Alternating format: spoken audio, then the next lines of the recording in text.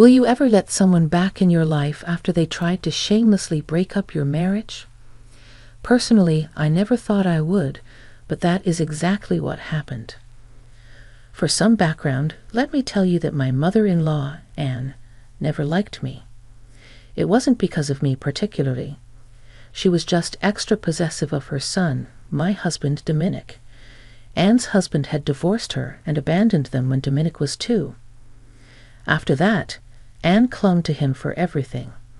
It was downright unhealthy, and even Dominic understood that. But Anne was still his mom, so he did his best not to make her too upset. Before me, Anne was able to successfully drive away all the women who tried to date Dominic. It was a mess every time, and she did some nasty stuff to get rid of them.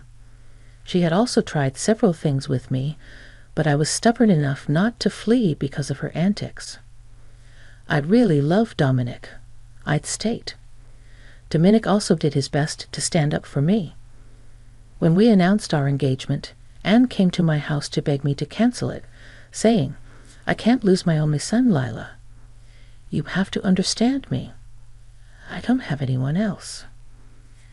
"No, I don't understand you, Anne," I replied. "Dominic loves me and wants to be with me. He loves you too, and he will always be your son.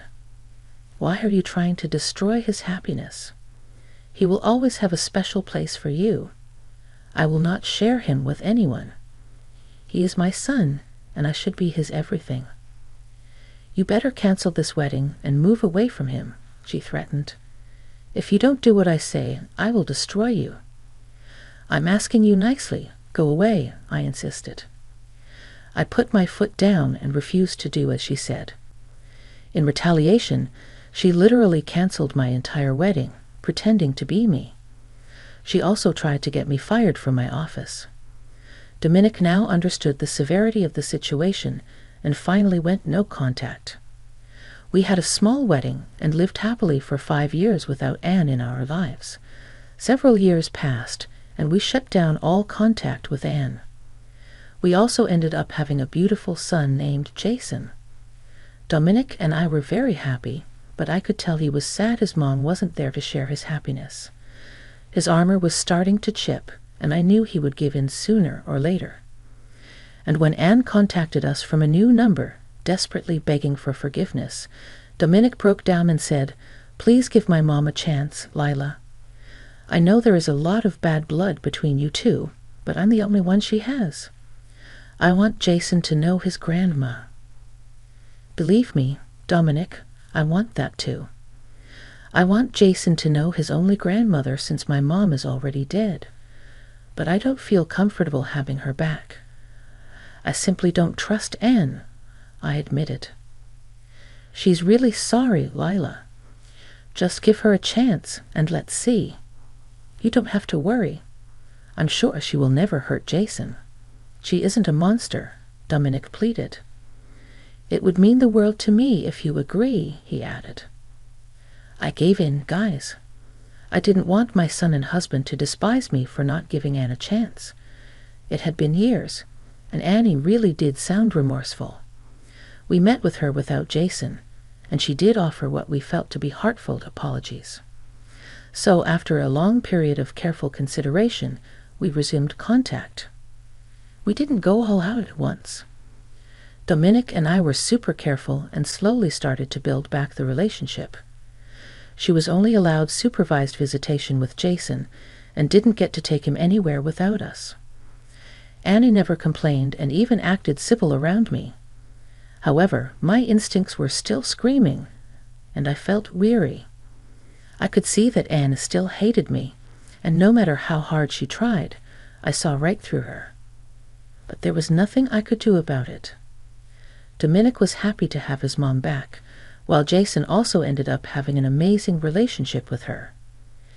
Everything was going fine the way it was. Everyone was happy with the arrangements until Annie requested to have Jason alone for a day.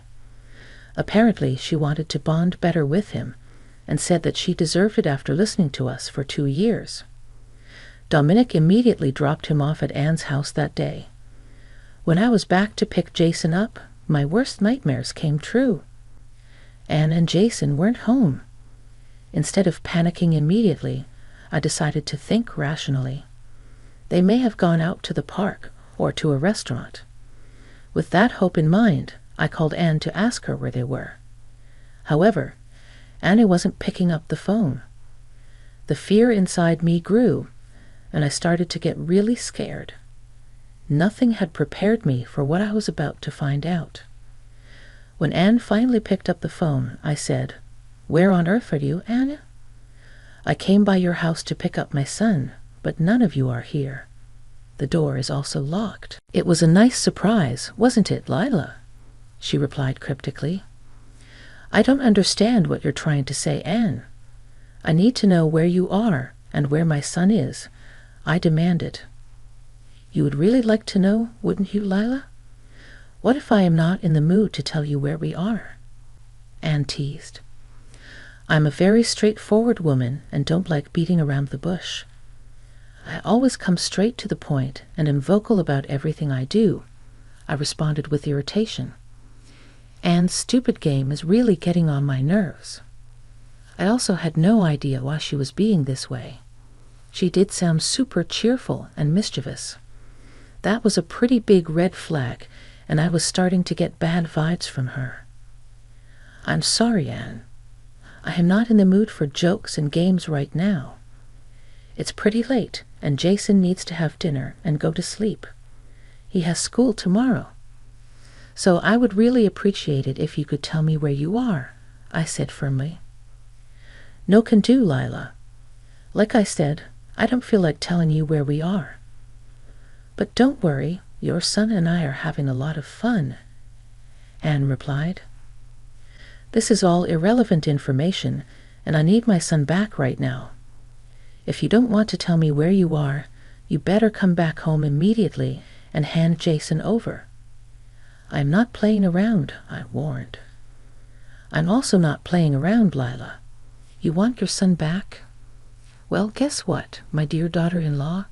You won't be getting him back ever again," Anne declared menacingly.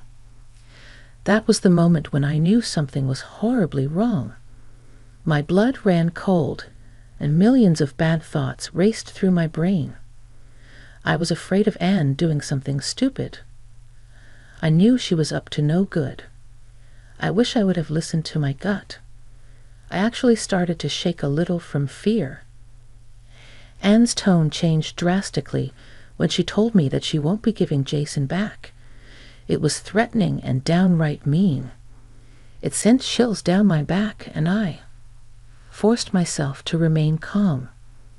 Because I knew panicking won't do much good, what I did do was start recording the call, because my instincts were screaming at me to do so. Then I said, "What are you talking about, Anne? This is not at all funny. Bring me my son back. I'm not joking."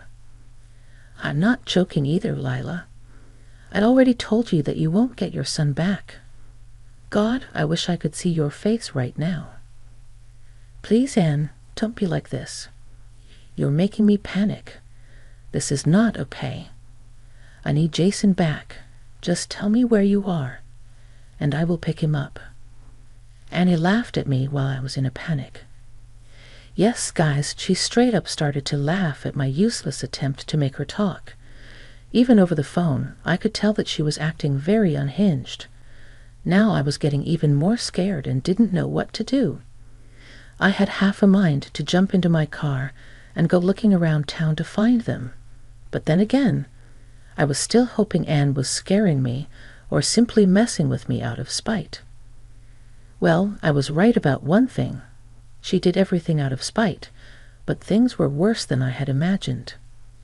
My doubts were confirmed when Anne said through her laughter, "Oh, are you scared, my little daughter-in-law? Do you feel sad that you can't see your son because of me? How does it feel to have someone take your son away from you? Why are you saying these things, Annie? What does this even mean? I'm scared out of my mind, and you can't do this. Please just give me back my son. This is how I felt when you took my son away from me.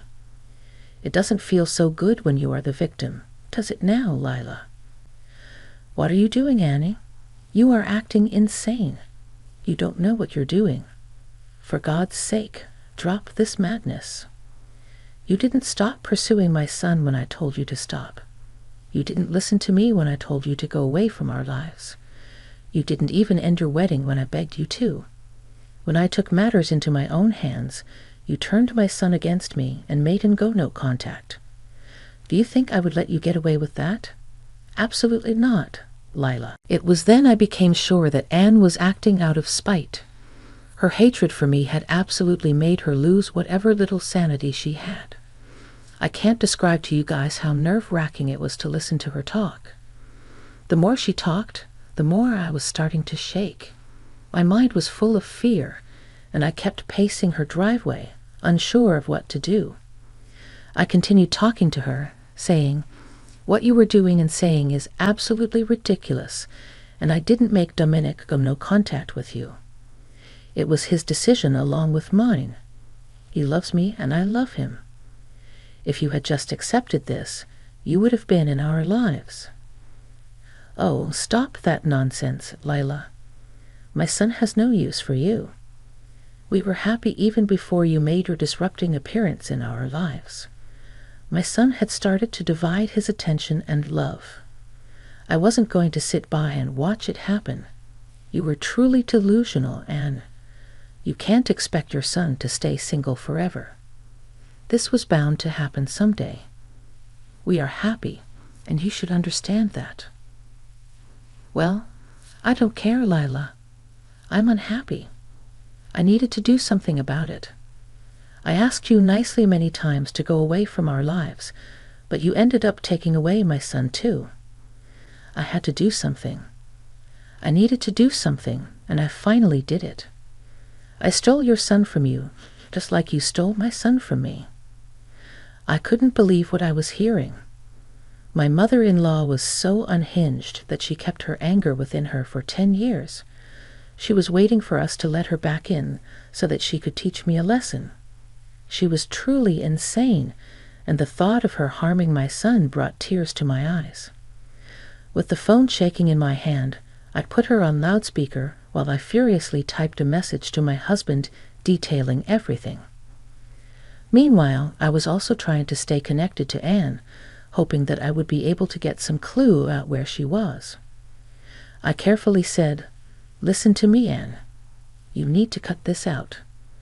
I know you're mad at me and all, but leave my son out of this. Oh, please, I will do whatever I want. You took my son, so it's only fair that I take yours. This is wrong, Anne. Think about Dominic. You love your son, and what you're doing is going to make him hate you. He will come around, Lila. Dominic is my son, and he knows that his mother is more important than anyone. He came around after the no contact, didn't he? He will do it this time too. Then me, him, and my grandson will live happily without you. You were wrong about that, Anne. Dominic will never forgive you for this. In fact, he is currently out of his office trying to look for you. It won't do him any good. He will never find me and Jason. I will tell him our location when Dominic finally realizes that he made a mistake marrying you. I've had enough of your nonsense. Tell me your location, or I promise you, I will call the cops on you. I will hunt you down." And he laughed at me again. This laughter was just downright chilling to my ears. It was clear to me that she had carefully planned this and wasn't going to get caught so easily. Still, I thought that maybe she would change her mind once I threatened her with the cops. However, she didn't show any sign of fear at all. She was happily laughing at me and said, "Good luck with calling the cops, Lila. Believe me, it'll do you no good." "What? What do you mean? What have you done?" "Jason and I are not even in your state anymore, my dear daughter-in-law. So calling the cops won't be of any help. And by the time they track me down, I would be gone already. What is wrong with you, Annie? You are a psychotic woman who needs to be locked up. That will never happen, Lila. It is only a matter of time before Dominic gives in and returns to me. Jason loves me too, so I am sure we will be able to convince him to live happily without us. You took one person from me. I will take two from you." I was in the middle of having a panic attack, thinking about the worst. Dominic was already down at the police station to file a report while I was standing in Anne's driveway and kept talking to her to find out more. But the moment she said that she took my son out of state, my heart shattered and a coldness washed over me. I was scared for my son and desperately prayed to God that Jason remembered what I taught him. Just when I was about to break down, there was a loud banging sound on the phone. I could hear my mother-in-law saying to someone, "What is going on, Jason? Why have you locked yourself in the bathroom? I know you tried to kidnap me and that you want to take me away from my mom. You lied to me, saying that my parents wanted to surprise me. I heard you talk over the phone and tell Mom that you won't take me back to them. Don't be such a child, Jason. We are having fun here, right? Your dad will be here soon. I'm sure of it. Then the three of us will have a good life here. We don't need your mother anymore." Anne was trying to coerce my son into coming out of the bathroom. I was a little relieved to hear his voice and know that he was physically okay. My son is a brave boy, and he picked up on the fact that Anne had lied to him to take him away. It made me so mad to hear the details of Anne's plan. I wanted to go and strangle the life out of her.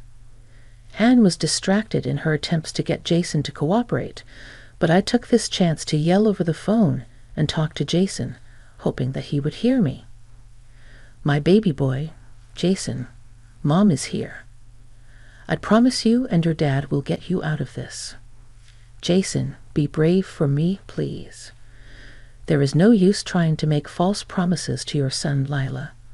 You and I both know that he will stay with me from now on. There is no way you will ever find us. Don't worry, Mom. I'm okay. I called the police on the hotel landline like you had taught me. They will be here soon. I'm still on the phone with them, Mom. It was a cordless phone, so I took it with me." The moment Jason said those words, I felt a world of relief.